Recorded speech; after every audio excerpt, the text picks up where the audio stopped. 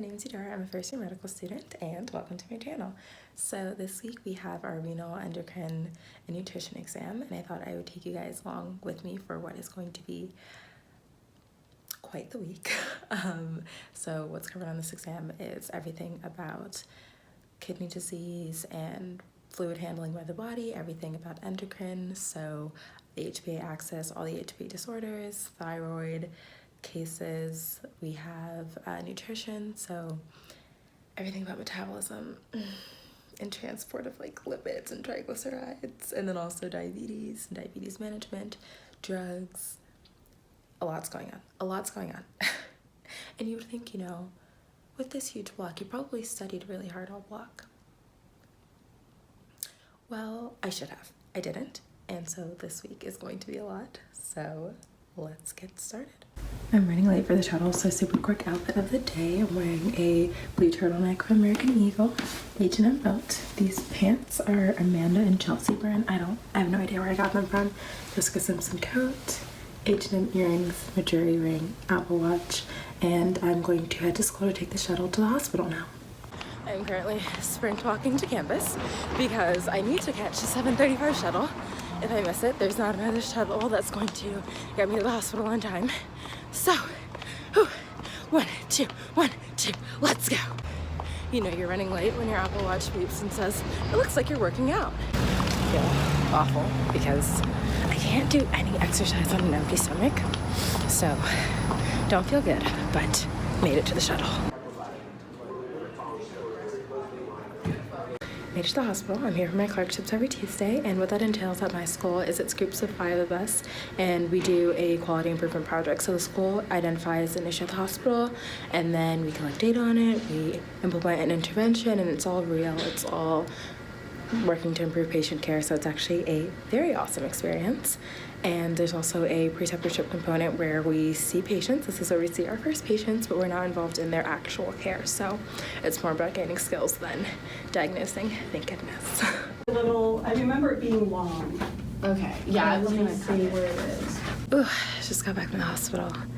I was there from 8:30 to 11:30, which is the usual. I'm there once a week for our clerkship, and with that we do our quality improvement project, just like working on a problem that was identified at the hospital, collecting data on it, and then implementing an intervention to provide better patient care, which is awesome that they let us do this as first year students. It's a really great experience, but just a bit of a headache, which is hard because there's a lot to do today.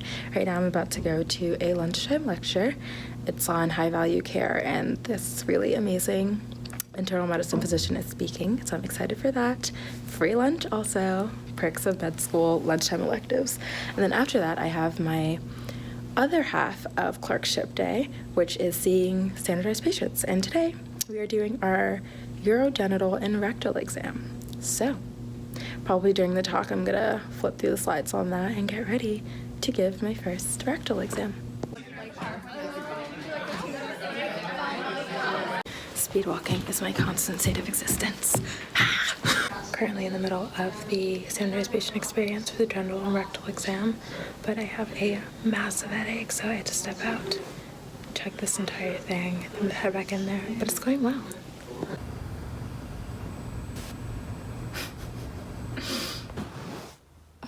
Hello, good morning.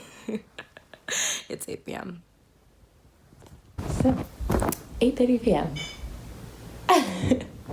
Definitely slept for longer than I anticipated, but it's fine because I feel a lot better, and that's the most important thing. I really felt like I couldn't study, like I was very light sensitive, and just looking at a screen hurt. So, I almost said time doesn't matter, but it just most definitely does. But we're gonna make it work. So on the agenda tonight, my school has a reader for this block that is 900 pages, broken up into 2 exams. So the first part is 562 pages. So I have like 130 more pages to read for this block. So I think I'm going to start with some reading, and then I'm going to go over small groups and do the cases from those. I'm going to go over our weekly open-ended questions and do the cases from those. And I feel like after that, I'll have enough of a grasp on the material that I'll pass. So, wish me luck. Before I start the montage, I want to show you how I'm doing my notes for this block. So, color-wise, no rhyme or reason. I just like color because it helps it stand out in my mind. And sometimes when I'm thinking about something, I kind of picture where they are in my notes. And having color really helps me generate that image a little bit better. So, over here, I have like hypokalemia, hyperkalemia, and I do the causes. And then just like big summary of what it is and how you identify it.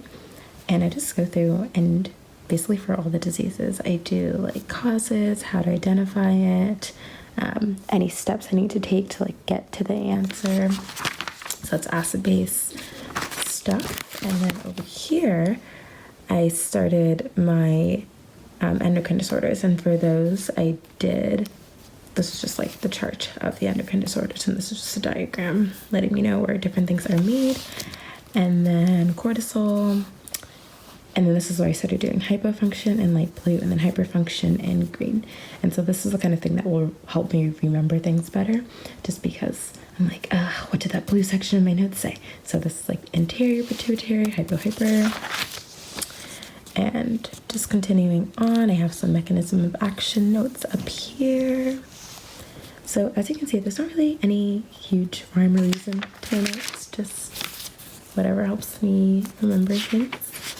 And basically with these, I focus my notes on pathophys of diseases because that's important, being able to understand why the disease is happening and being able to write that because our exams are all open-ended questions, so you gotta know your ish pretty well.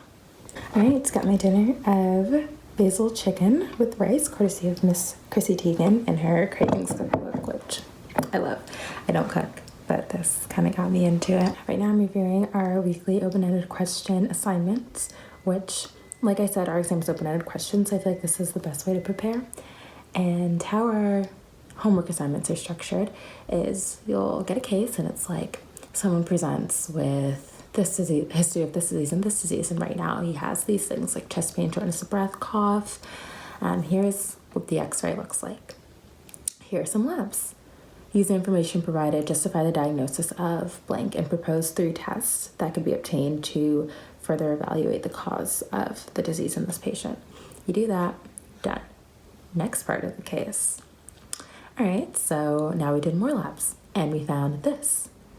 Explain, based on these additional labs, what the most likely etiology of this disease is. Answer that, go on to the next part.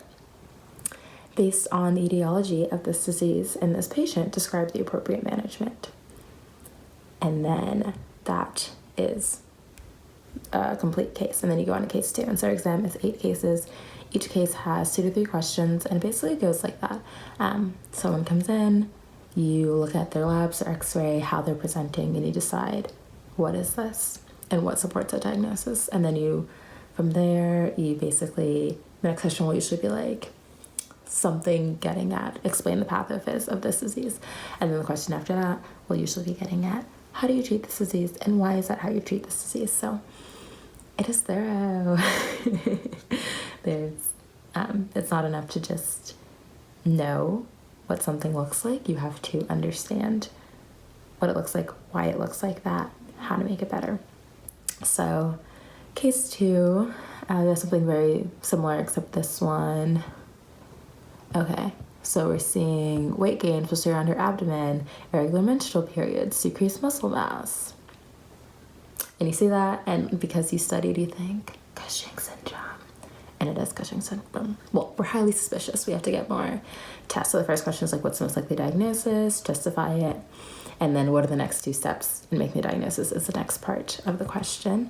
And then the last part of the question is you get more lab work, and it gives you a certain result. So based on that, what is the most likely differential? Yeah, and then that's the whole OEQ for week 2. And so I go through all of those and basically I try to figure out what is my school emphasizing? What have they showed us 7 times between like classes and case lectures and open-ended question assignments and small group. And those are the things that I really would know because they will probably show up on the exam. And if I know those at least, should be good. involved in the skin thinning. Breakdown of muscle leads to loss of limb muscle tissue. Well, his voice is way too fast right now, but I love doing that when I'm trying to read something and type at the same time. Instead of wasting my time looking back and forth and getting lost, just have your computer read to you. It's under accessibility in your settings.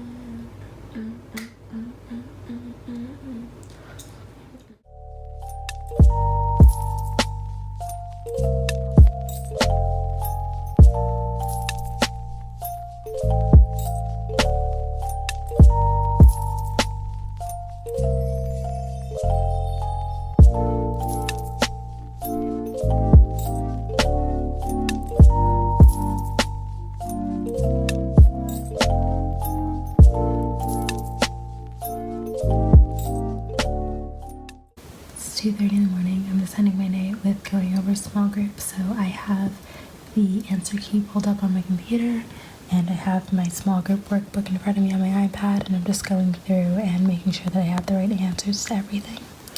I'm on page 9 right now, and I'll probably try to get to let's see. Let's do to page 27, and then I'll go to bed.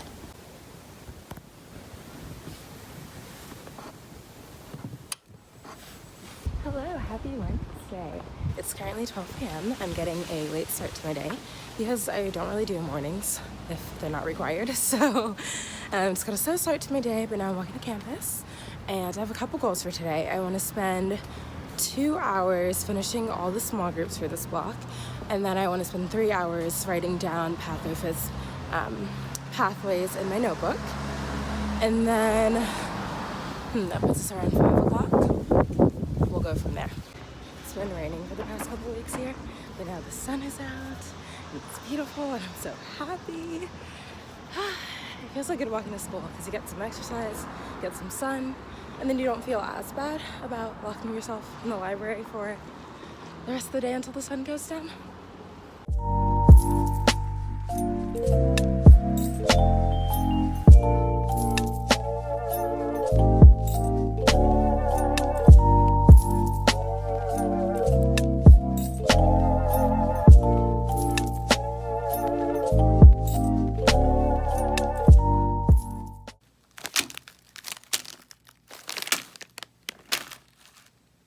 7:30, I left campus to come home and get ready for a ballet class. I definitely have a lot more to get done tonight. I am definitely not where I want to be. And ballet class will take up a couple hours of my night, but I just haven't found a good reason yet in med school to let med school stop me from doing the things that I enjoy doing. So I love ballet. I'm going to ballet class.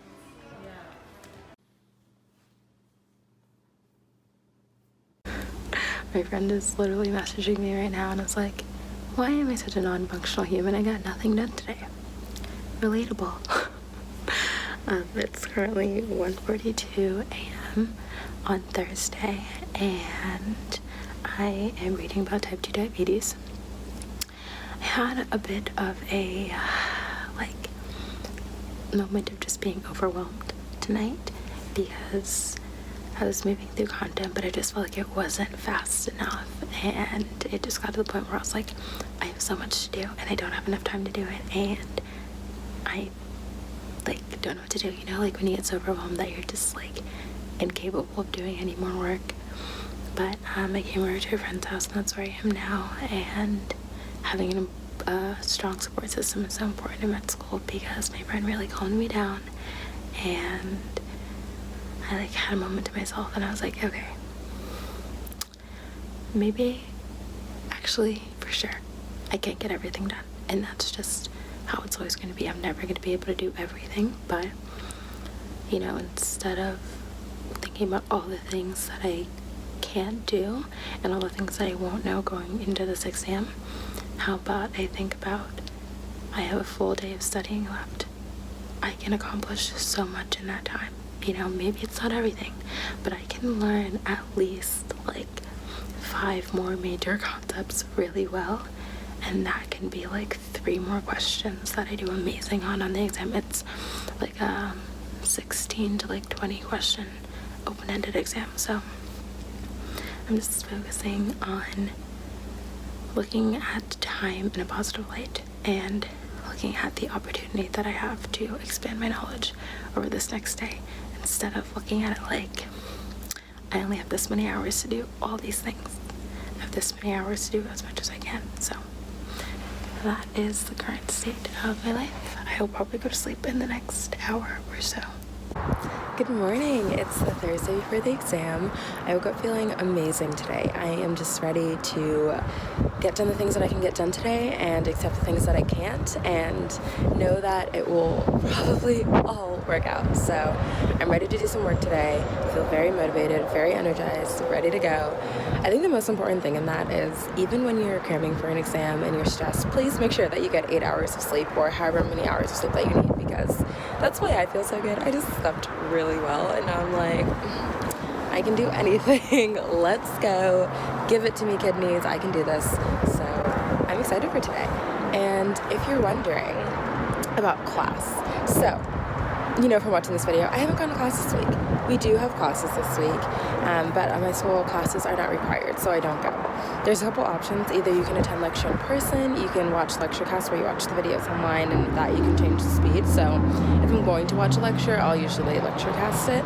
But we also have the reader, where it's just like the written content of every single class that we have, and that's what I've been doing this block. And I'm still at the point where I'm playing around with figuring out what works for me, because I found that while I do well on exams, I don't retain information. So this block I decided to try the reader, and I'm going to see if after the block I can remember what a kidney does, because it hasn't been the case for like heart and lungs. I forget things so quickly. So this block I'm just reading the reader, and I only go to campus when I have small group, which is required, when I have a patient panel, which is required, when I have a standardized patient, which is required. Anatomy lab is optional, but I do like to go to that. So that's why I haven't been in class this week. It's just been studying and seeing friends, hanging out as much as I can, trying to find a little bit of balance. But I'm about to eat some breakfast, and then I'm going to head to campus and start my day of studying.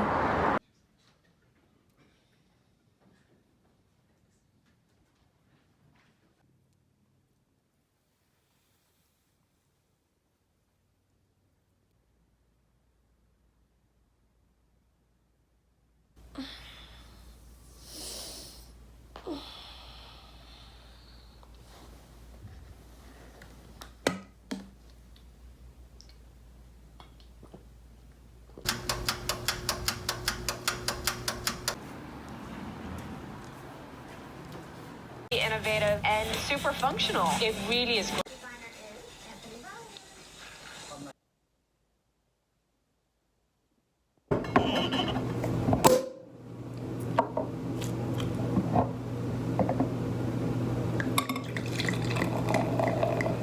It's 11:30 on a Friday now.